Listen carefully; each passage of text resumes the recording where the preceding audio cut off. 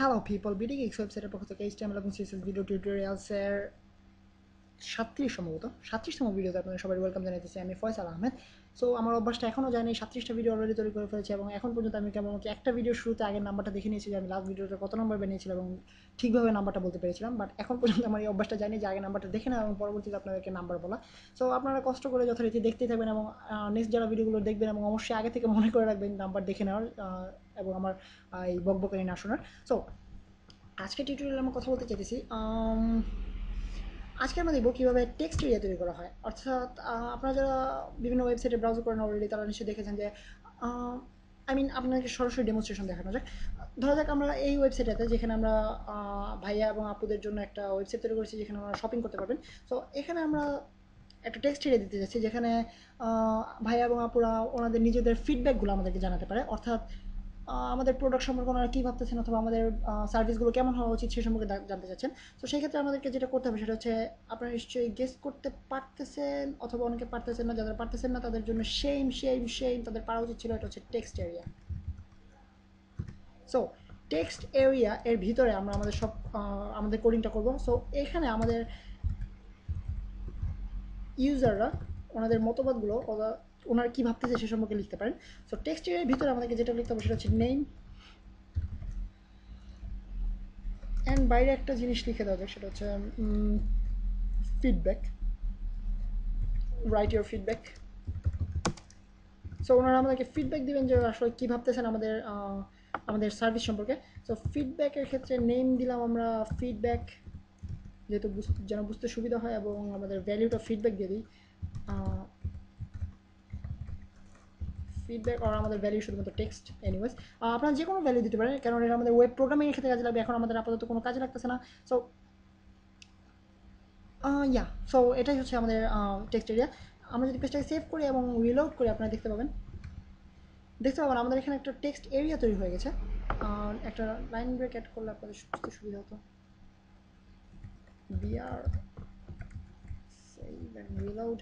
তো আমরা দেখতে পাচ্ছেন নিচে আমাদের টেক্সট এরিয়া তৈরি হয়েছে। এখানে আমরা আমাদের যে কোনো লেখা লিখতে পারবো।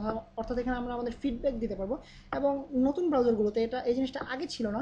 নতুন ব্রাউজারগুলোতে এই জিনিসটা অ্যাড করা হচ্ছে। সেটা হচ্ছে আপনি অটোমেটিক্যালি বড় ছোটো করতে পারেন।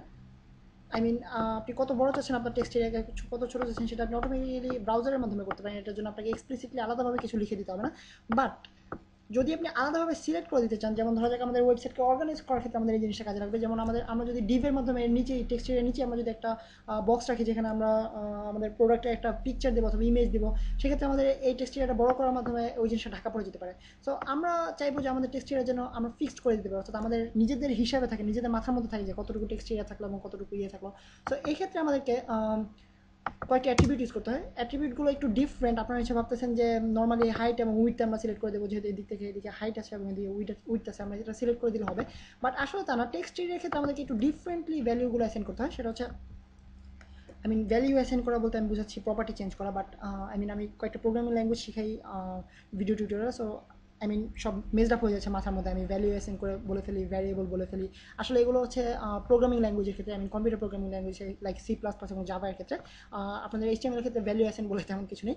অ্যাকচুয়ালি এটা হচ্ছে প্রপার্টি। আমরা যদি অ্যাট্রিবিউট যদি আমরা চেঞ্জ করতে চাই, তো সেক্ষেত্রে আমাদের দেখতে হবে লিখতে হবে রোজ লেখার মাধ্যমে এখানে যদি আমরা যে ভ্যালুটা দেবো সেই অনুযায়ী আমাদের এটা বড় হতে থাকবে। রোজ বেসিক্যালি মিন করে আমাদের হাইট। অর্থাৎ আমাদের এই বক্সটা টেক্সট এরিয়াটার হাইট ডিপেন্ড করে মিন করে আমাদের রোজ। সো আমরা যদি এটাকে 10 করে দিই আপনারা দেখতে পাবেন, 20 নয় 10। সো 10 করে দিলে আপনারা রিলোড করে দেখতে পাবেন এই জিনিসটা লম্বা আর বড় হয়ে গেছে হাইটে।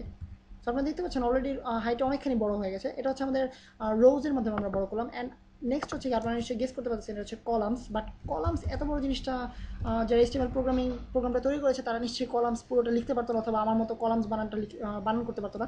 আমি সবসময় প্যাচ লাগিয়ে ফেলি যে কলামসের বানান নাকি COLOUMNS নাকি COLUMNS। এনিওয়েজ যেটাই হোক, আমি এখন আমার নিজে থেকেই প্যাচ লাগিয়ে ফেলতেছি। তো আপনাদের কাছে নিশ্চয়ই যাদের কাছে কলামস বানানটা সহজ লাগে একটা করে লাইক দিবেন আমার ভিডিওতে। এবং আপনাদের আশা করি অনেক অনেক অনেক লাইক পড়ে যাবে আমার ভিডিওতে, কেননা আমি জানার মতো খুব কম লোকই কলামস বানানটা ঠিকভাবে করতে পারে। সো এত পেছনে একটা বানান না লিখে আমাদেরকে জাস্ট লিখতে হবে কোলস লিখে আমরা এর ভিতরে লিখে দেবো আমরা কত বড় চাইতেছি। সো আমরা যদি 10 দিয়ে দেখতে পাবেন আমাদের টেক্সট এরিয়াটা উইথ তার অনেক বেশি বেড়ে গেছে। সরি কমে গেছে, কারণ এটা ডিফল্টভাবে আরও অনেক বেশি করা ছিল। সেখানে যদি আমরা 100 করে দিই, এখন দেখতে পাচ্ছেন আমাদের টেক্সট এরিয়াটা অনেকখানি বড় হয়ে গেছে। সো বেসিক্যালি এটা হচ্ছে আমাদের টেক্সট এরিয়া সংক্রান্ত টিউটোরিয়াল। এছাড়া এর বেশি কিছু টেক্সট এরিয়া সম্পর্কে বলার নেই সম্ভবত। সো এখানে আমরা বড় ছোটো করতে পারি, এরপরে আপনারা দেখতে পাচ্ছেন, বাট এটা হচ্ছে ব্রাউজার প্রি সিলেক্টেড। বাট আমরা যদি আমাদের নিজেদের ইচ্ছা মতো চেঞ্জ করতে চাই, সেক্ষেত্রে আমাদেরকে এভাবে রোজ এবং কলামস সিলেক্ট করে দিতে হবে। এবং আপনারা চাইলে এর ভিতরে টেক্সট এরিয়ার ভিতরে অটোমেটিক্যালি প্রি সিলেক্টেডভাবে কিছু লিখে দিতে পারেন। ইনিশিয়ালি কিছু লেখা থাকবে যেটা আপনার ইউজারকে বুঝতে সুবিধা করে দেবে যে এখানে আসলে কী করতে হবে। যদিও আমরা প্রথমে লিখে দিচ্ছি রাইটের ফিডব্যাক, আর ভিতরে আমরা লিখে দিতে পারি যে আপনার মতামত লিখুন। সো এখন যদি আমরা রুট করে আপনি দেখতে পাবেন আমাদের টেক্সটের ভিতরে অটোমেটিক্যালি এই লেখাটা চলে আসবে। যদি আসেনি লেখাটা,